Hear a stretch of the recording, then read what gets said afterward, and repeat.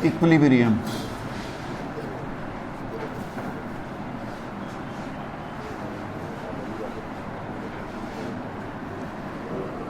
बेटे इसमें जो हम पढ़ चुके वो हमने पढ़े इरिवर्सिबल रिएक्शंस,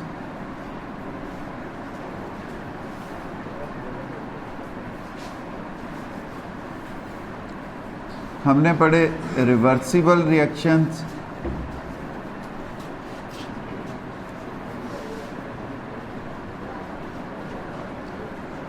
इनके साथ बेटे हमने देखे फॉरवर्ड रिएक्शंस और इसमें हमने देखा रिवर्स रिएक्शन।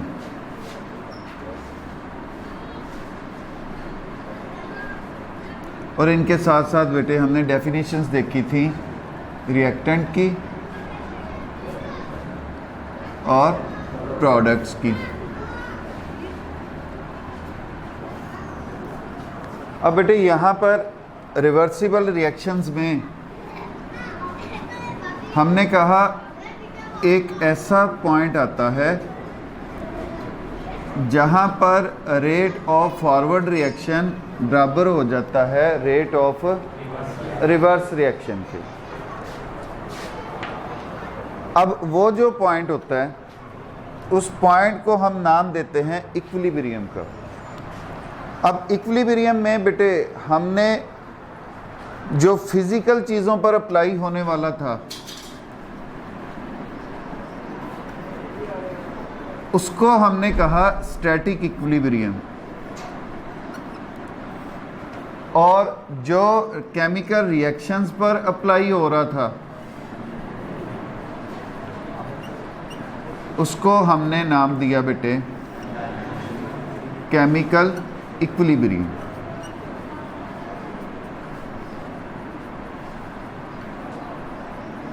और चूंकि इसमें रिएक्शन रुकता नहीं तो इसलिए हम इस इक्विलिब्रियम को डायनामिक इक्विलिब्रियम जो है उसका भी नाम देते हैं। अब बेटे यहीं पर हम अपनी प्रीवियस एग्जाम्पल्स को दोबारा कोड करें। हमने कहा कैल्शियम कार्बोनेट, इसको जब हीटअप किया जाता है तो ये तब्दील होता है कैल्शियम ऑक्साइड में और साथ इससे बनती है कार्बन डाइऑक्साइड। अब ये एक फ्लास्क ली हमने,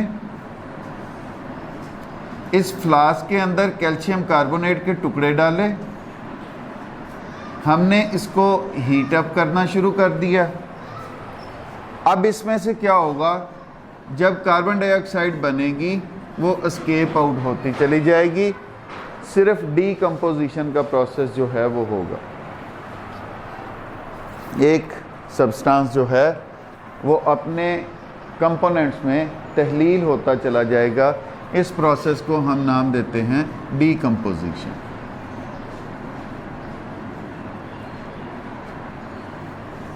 breakdown of substance into its components. अब इसी फ्लास्क को अगर हम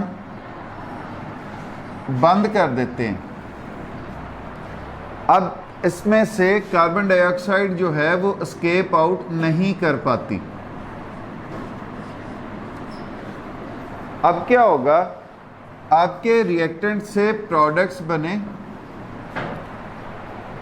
अब फॉरवर्ड रिएक्शन हो रहा है, जब खातर खा मिकदार में प्रोडक्ट्स बन चुके होंगे ये आपस में रिएक्ट करना शुरू करेंगे और रिएक्टेंट्स बनाना शुरू कर देंगे।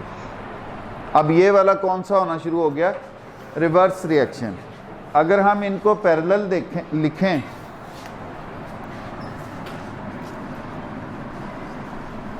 फॉरवर्ड रिएक्शन और रिवर्स रिएक्शन, तो आप इनकी प्रॉपर्टीज बेटे लिख सकते हो। It takes place from reactant to form products, कि ये रिएक्टेंट से प्रोडक्ट्स बनाने के लिए।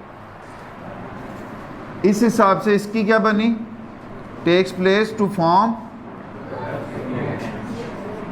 प्रोडक्ट टू रिएक्टेंट्स, मतलब इसमें प्रोडक्ट से रिएक्टेंट्स बनेंगे। ये किधर से किधर हो रहा है, it takes place from left to right. ये किधर से किधर हो रहा है, फ्रॉम राइट टू लेफ्ट। अब बेटे शुरू में फॉरवर्ड रिएक्शन की रफ्तार तेज़ होती है क्योंकि आपके पास रिएक्टेंट्स ज़्यादा होते हैं और प्रोडक्ट्स वहाँ पे नहीं होते। आहिस्ता आहिस्ता जब ये रिएक्टेंट प्रोडक्ट्स में तब्दील होता चला जाता है, प्रोडक्ट की मिकदार भी आना शुरू हो गई उस रिएक्शन मिक्सचर में, रिएक्टेंट कम होना शुरू हो गए, तो रिएक्शन का रेट या रिएक्शन की रफ्तार जो है वो क्या होगी, स्लो हो जाएगी। रिवर्स रिएक्शन शुरू में ना होने के बराबर था। जैसे जैसे प्रोडक्ट्स बनना शुरू हुए अब वो आपस में मिलना शुरू होंगे और रिएक्टेंट्स बनाना शुरू कर देंगे। अब ये शुरू में स्लो था लेकिन आहिस्ता आहिस्ता तेज़ हो जाएगा, लेकिन ये भी स्लो एक ख़ास हद तक होगा और ये भी तेज़ जो है वो एक ख़ास हद तक होगा। इट इज़ स्पीडी इनिशियली, शुरू में ये कैसा होगा बेटे, स्पीडी होगा, तेज़ होगा, तेज़ी से वकूअ पज़ीर होगा, बट स्लोज डाउन ग्रेजुअली, लेकिन फिर आहिस्ता आहिस्ता क्या होगा, ये आहिस्ता होता चला जाएगा, स्लो होता चला जाएगा। रिवर्स रिएक्शन क्या होगा कि ये इट इज़ स्लो इनिशियली, इब्तिदा में ये आहिस्ता होगा बट स्पीड्स अप ग्रेजुअली, लेकिन आहिस्ता आहिस्ता ये क्या होता चला जाएगा, तेज़ होता चला जाएगा। अब बेटे जैसे हमने कल इनके दरमियान ग्राफ ड्रा किया था, हमने एक्स एक्सिस पर टाइम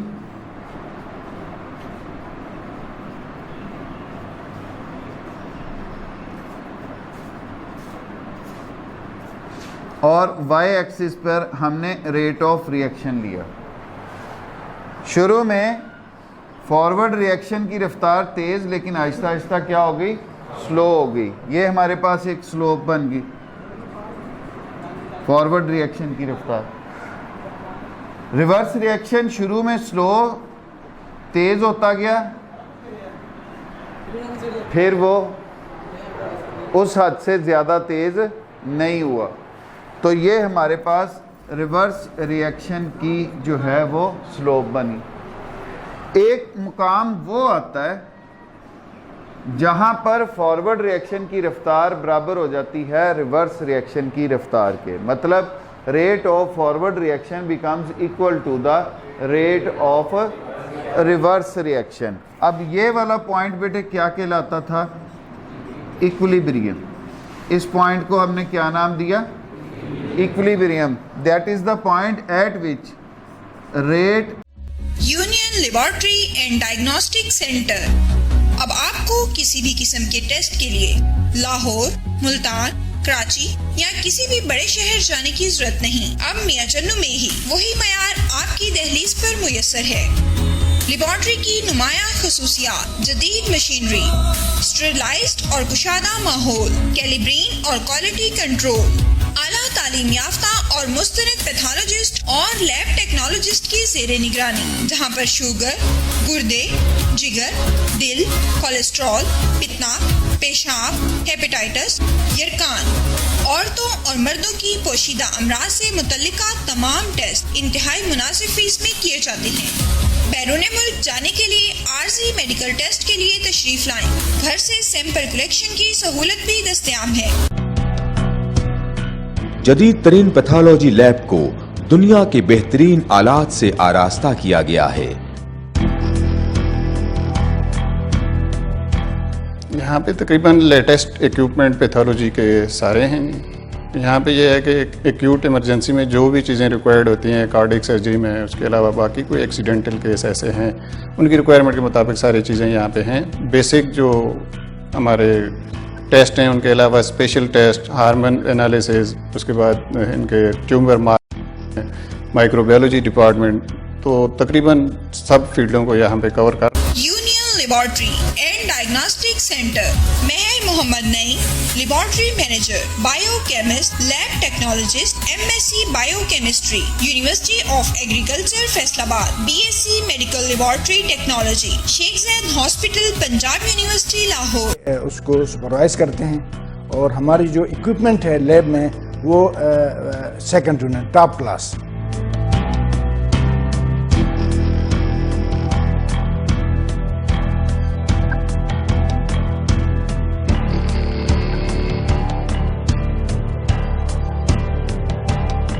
फोन 065-266-2586, 0333-455-7586।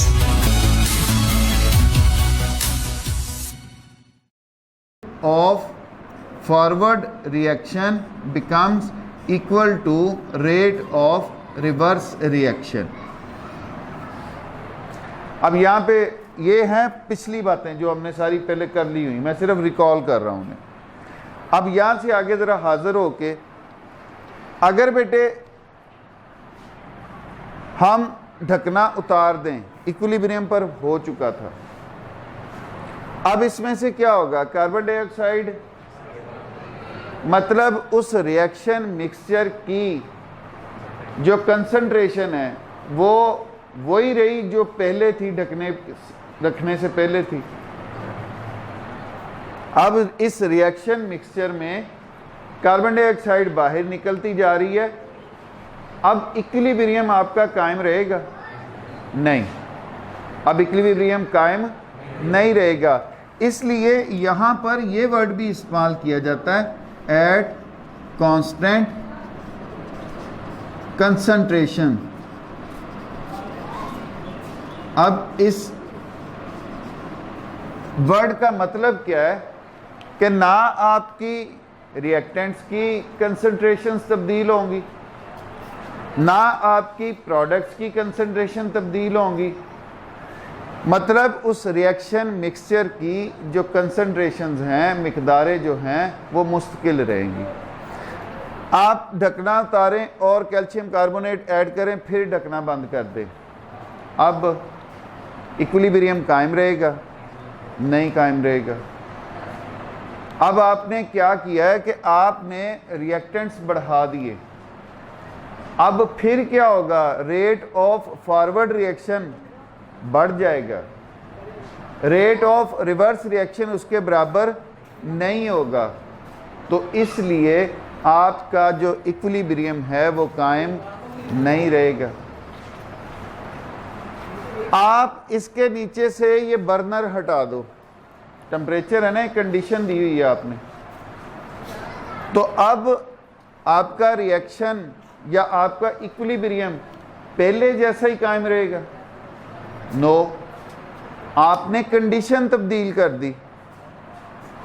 आपने इसका फ्लास्क का कैप उतार दिया, आपने प्रेशर तब्दील कर दिया, तब भी इक्विलिब्रियम कायम नहीं रहा। आपने ये बर्नर हटा दिया, तब भी इक्विलिब्रियम कायम नहीं रहा। मतलब आप अगर कंसंट्रेशन में तब्दीली करते हो तो इक्विलिब्रियम कायम नहीं रहता। आप अगर उसका टेम्परेचर, प्रेशर, डेंसिटी वो तब्दील करते हो तब भी इक्विलिब्रियम कायम नहीं रहता। आप इसमें भी हम देख रहे हैं कि हम इसके ऊपर कॉर्क लगा रहे हैं तो ये रिएक्शन इक्विलिब्रियम जो है वो कायम हो रहा है, नहीं तो ये एक तरफा रिएक्शन होगा। आप दूसरी एग्जांपल जो हमने ली थी कि हमने एक फ्लास्क ली, अब इस फ्लास्क के अंदर हाइड्रोजन डाली और साथ हमने आयोडीन डाली। अब इसका कलर जो था वो क्या था? आयोडीन की वजह से इस फ्लास्क का कलर हमें पर्पल नज़र आना शुरू हो गया। अब दोनों गैसेस हैं, हमें क्या करना पड़ेगा? इस सिस्टम को बंद करना पड़ेगा। अब वही प्रीवियस नॉलेज रिकॉल करें, हाइड्रोजन आयोडीन के साथ मिलती चली जाएगी, हाइड्रोजन आयोडाइड बनता चला जाएगा। अब हाइड्रोजन आयोडाइड कलरलेस है, तो इस फ्लास्क का कलर जो है वो क्या होता चला जाएगा, फेड होता चला जाएगा। एक ख़ास हद तक फेड होगा, उसके बाद वो मज़ीद फेड नहीं होगा। अब इसका मतलब क्या हुआ कि अब यहाँ पर भी इक्विलिब्रियम जो है वो कायम हो चुका। जितना हाइड्रोजन प्लस आयोडीन आपस में मिलकर हाइड्रोजन आयोडाइड बना रहे हैं, उतना ही हाइड्रोजन आयोडाइड टूट के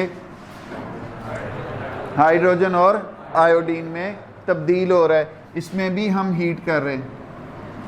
अब अगर इसका भी ढकना आप खोल देते हो तो अब वो इक्विलिब्रियम कायम रहेगा। मतलब क्या होगा, आपके तमाम रिएक्शन मिक्सचर जो हैं, चूंकि गैसेस हैं, वो उसमें से एस्केप कर जाएंगे। तो इसको भी बंद रखना ज़रूरी है, इसको भी बंद रखना ज़रूरी है। तो इसका मतलब ये है कि ये जो डायनामिक इक्विलिब्रियम होता है ये क्लोज्ड सिस्टम में हो सकता है, ये ओपन सिस्टम में नहीं हो सकता। क्लोज सिस्टम में क्यों हो सकता है, आप मिकदारें कंट्रोल रख सकते हो, आप उनकी कंडीशंस जो हैं वो आप ख़ास रख सकते हो। अच्छा जी, अब अगले पॉइंट पे आओ। हम कह रहे हैं कि हम हाइड्रोजन प्लस आयोडीन मिला दें तो ये हाइड्रोजन आयोडाइड बनता है। हम उस फ्लास्क को गर्म करें तो अगर हम हाइड्रोजन आयोडाइड को गर्म करना शुरू कर दें तो वो भी तो हाइड्रोजन और आयोडीन में तब्दील हो जाता है। ऐसा ही है, हम कह रहे हैं कि हम कैल्शियम कार्बोनेट को गर्म करें फ्लास्क में तो वो तब्दील होता है कैल्शियम ऑक्साइड और कार्बन डाइऑक्साइड के अंदर। और अगर हम कार्बन डाइऑक्साइड और कैल्शियम ऑक्साइड को मिलाएं और गर्म करें तो ये भी तो कैल्शियम कार्बोनेट में तब्दील हो सकता है। यही शो कर रहे हैं हमारे रिएक्शन कि हम हाइड्रोजन आयोडाइड, हाइड्रोजन और आयोडीन को मिला रहे हैं, हाइड्रोजन आयोडाइड बना रहे हैं, हाइड्रोजन आयोडाइड जो है वो दोबारा तब्दील हो रहा है।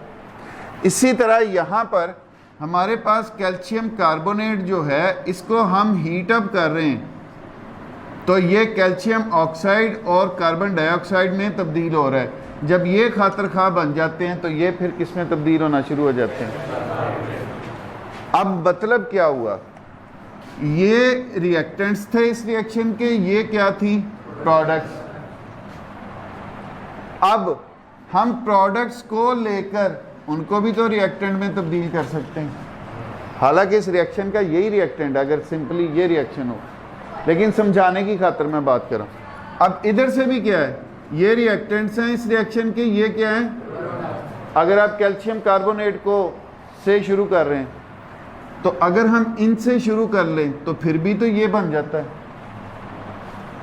मतलब अगर हमने इक्विलिब्रियम हासिल करना है तो हम रिएक्शन से भी रिएक्टेंट से भी स्टार्ट कर सकते हैं और हम प्रोडक्ट्स जो हैं उनसे भी स्टार्ट कर सकते हैं। अब क्या होगा, इस बात को मैं थोड़ा सा एलैबोरेट कर दूं। ये तो कंडीशन हमने इन डिटेल देख ली, लेकिन जब ये लेंगे क्या होगा, टूटेगा, हाइड्रोजन और आयोडीन में तब्दील होगा, फॉरवर्ड रिएक्शन हो गया। अब ये हाइड्रोजन और आयोडीन जब खातर खा बन जाएंगे, ये आपस में मिलना शुरू होंगे, ये फिर दोबारा से क्या करना शुरू कर देंगे, हाइड्रोजन आयोडाइड जो है उसमें तब्दील होना शुरू हो जाएंगे। अब ये इसका रिवर्स रिएक्शन शुरू हो गया और एक मकाम पहुंचेगा कि जहां पर रेट ऑफ फॉरवर्ड रिएक्शन बराबर हो जाएगा रेट ऑफ रिवर्स रिएक्शन के, और वही पॉइंट क्या होगा, डायनामिक इक्विलिब्रियम का। अब इसी तरह ये वाला तो हमने इन डिटेल काफ़ी डिस्कस कर लिया। अब ये वाला अगर हम लें रिएक्टेंट्स, तो फॉरवर्ड रिएक्शन होगा शुरू में। हम आपके पास जब खातर खा कैल्शियम कार्बोनेट बन चुका होगा, ये दोबारा टूटना शुरू होगा और किस में तब्दील होना शुरू हो जाएगा? कैल्शियम ऑक्साइड और कार्बन डाइऑक्साइड में, अगर वो क्लोज सिस्टम में है। तो यहाँ पर भी अब ये रिवर्स रिएक्शन शुरू हो गया, तो यहाँ पर भी रेट ऑफ फॉरवर्ड रिएक्शन जब बराबर आ जाएगा रेट ऑफ रिवर्स रिएक्शन के, तो क्या कायम हो जाएगा बेटे? डायनामिक इक्विलिब्रियम जो है वो कायम हो जाएगा। यही इस डायनामिक इक्विलिब्रियम की मैक्रोस्कोपिक प्रॉपर्टीज हैं। मैक्रोस्कोपिक बड़ी अहम, जो उसकी बड़ी चीदा आप कह लो उर्दू में, कि वो खसूसियात जो हैं। An equilibrium is achievable in a close system. अब पहली इसकी बेटे प्रॉपर्टी हमने क्या कही कि ये सिर्फ हासिल हो सकता है इन अ क्लोज्ड सिस्टम। इस बात को हमने काफ़ी डिटेल में देखा कि अगर हम ओपन कर देते हैं कोई भी रिएक्टेंट्स या प्रोडक्ट्स, उसमें से एस्केप कर जाते हैं, तो आपकी तो वो कंसंट्रेशन ही नहीं रही, तो वो कायम इक्विलिब्रियम कायम ही नहीं हो सकता। इक्विलिब्रियम पर रिएक्शन रुकता नहीं। हमने कहीं भी ये वर्ड इस्तेमाल नहीं किया कि रिएक्शन रुक गया। वो हमने बड़ी डिटेल में देखा था कि स्टैटिक इक्विलिब्रियम जो है उसमें रिएक्शन, उसमें कोई भी शय बढ़ना बंद हो जाती है। अब इसमें क्या है कि इसमें reaction does not stop, reaction रुकता नहीं है। होता क्या है? Rate of forward reaction becomes equal to rate of reverse reaction, कि जितना फॉरवर्ड डायरेक्शन में जा रहा है उतना ही रिवर्स डायरेक्शन में रिएक्शन जो है वो आ रहा होता है। At equilibrium state the amount of reactants and products do not change. मतलब क्या बेटे? कि कंसंट्रेशंस जो हैं, कंसंट्रेशंस डज नॉट चेंज। किसी भी शय की, ना रिएक्टेंट में से किसी की कंसंट्रेशन तब्दील होती है, ना ही प्रोडक्ट्स जो हैं उनमें से किसी शय की कंसंट्रेशन तब्दील होती है। इवन वो कहता है कि physical properties like colour, density, pressure, temperature, वो भी तब्दील नहीं हो सकते। ये मैंने बताया यहाँ पे आपको। अगर आप इसका कलर तब्दील करना चाहो, आयोडीन और ऐड करना पड़ेगी। आयोडीन और ऐड कर देंगे तो वो आप क्या कर रहे हो? आप तो रिएक्टेंट्स की कंसंट्रेशन तब्दील कर रहे हो, तो आपका इक्विलिब्रियम डिस्टर्ब नहीं हो जाएगा। अगर आप इसका फिर भी कलर तब्दील करना चाह रहे हैं, कोई और आयोडीन नहीं डालना चाहते, तो उस कलर की शय उसमें डालोगे। अब वो भी तो कोई सब्सटेंस होगा, तो वो उसके रिएक्शन को मुतासर नहीं करेगा। अगर आप प्रेशर तब्दील कर रहे हो तब भी वो कायम नहीं। अगर आप टेम्परेचर तब्दील कर रहे हो तब भी वो इक्विलिब्रियम जो है वो कायम नहीं रहता। अगली बात, an equilibrium is attainable in either way. अब ये वाली जो सारी बात मैंने समझाई है आपको, an equilibrium is attainable in either way, मतलब you can start from reactants to product or you can also start from products to reactants। चाहे हम इधर से शुरू कर लें, चाहे हम इधर से शुरू कर लें, इक्विलिब्रियम दोनों तरह से ही हासिल किया जा सकता है। नेक्स्ट प्रॉपर्टी बेटे, इक्विलिब्रियम जो है state that can be disturbed. आप इसको डिस्टर्ब कर सकते हो। अब कैसे? हटा दो, बर्नर हटा दो, गर्म होना बंद हो गया, रिएक्शन होना क्या हो जाएगा? बंद हो जाएगा। आप कोई रिएक्टेंट डाल दो, अब क्या होगा, इक्विलिब्रियम कायम रहेगा, डिस्टर्ब हो गया। आप प्रोडक्ट्स डाल दो बाहर से, इक्विलिब्रियम कायम रहेगा। प्रेशर हटा दो, इक्विलिब्रियम कायम रहेगा, डिस्टर्ब हो गया। वो कहता है इसको डिस्टर्ब भी किया जा सकता है, लेकिन कंडीशंस बहाल करके आप फिर इक्विलिब्रियम जो है उसको हासिल भी कर सकते हो।